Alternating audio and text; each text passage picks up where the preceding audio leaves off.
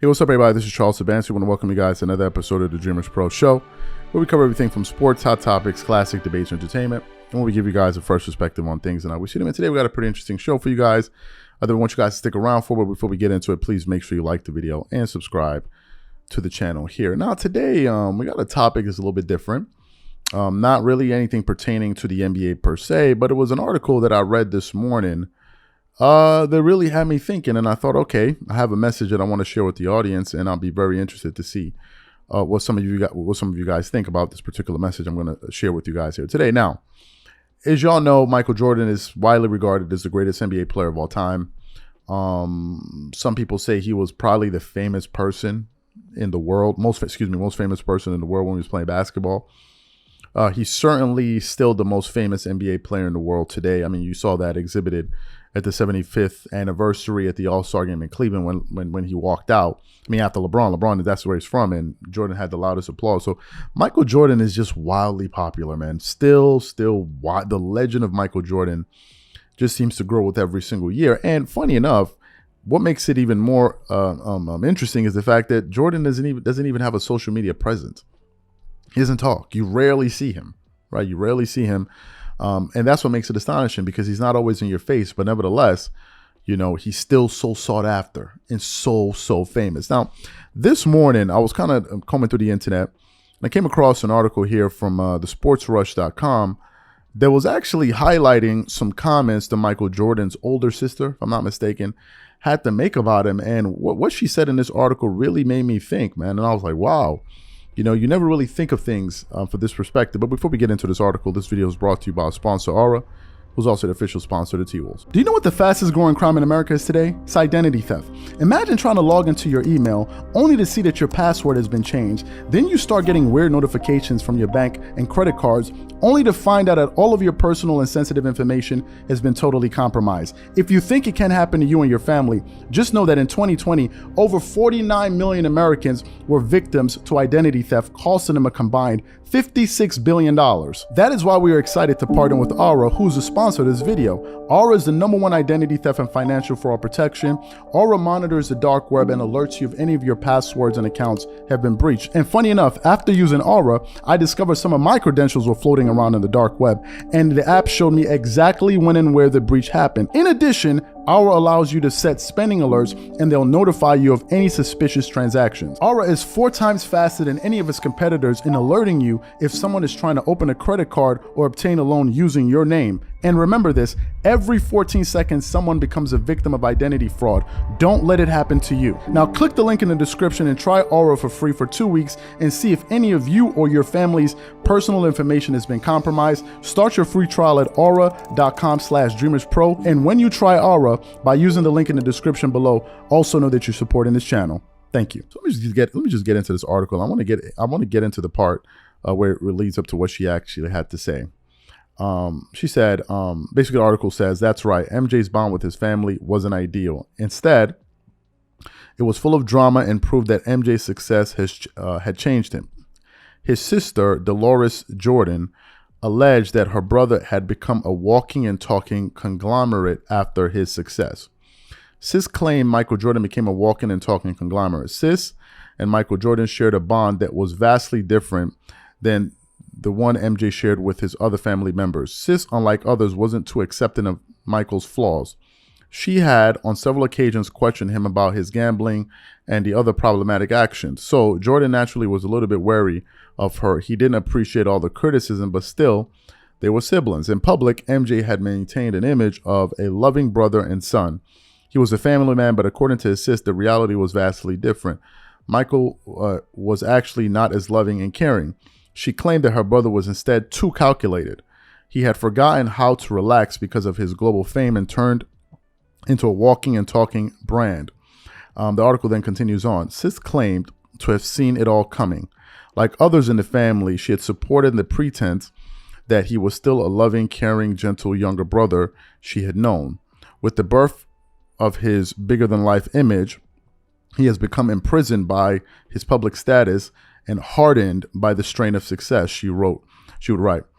Eventually, the pressures of being always on display and the pressure to live up to the public's expectations lessened his ability to relax even with family. He had become a walking and talking conglomerate, she alleged. Now, this was obviously in some book or something like that. Now, let me get to the part here, because I don't want to get to the part where it seems like we're slandering MJ or anything like this. This is my takeaway from all of this.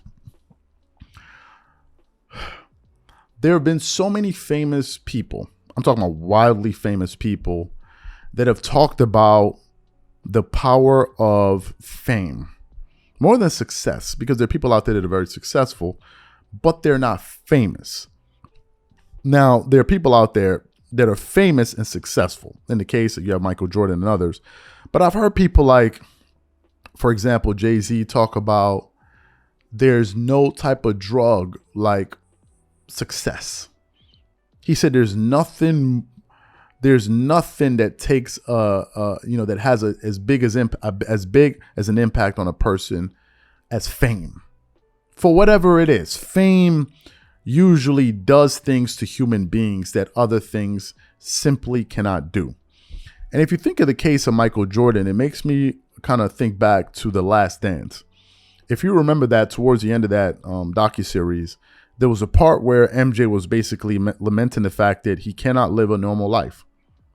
And he was basically in his hotel room, and he just tried to lock himself up just to kind of be by himself. Now, the irony of it is, there you have a person trying to be himself and kind of, isolate himself while the cameras recorded him being isolated.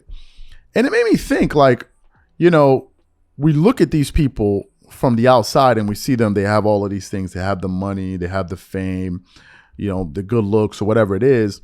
But we don't realize some of the challenges that they have internally and how it may be difficult for them to still keep their feet on the ground, even while they're up that high in the sky.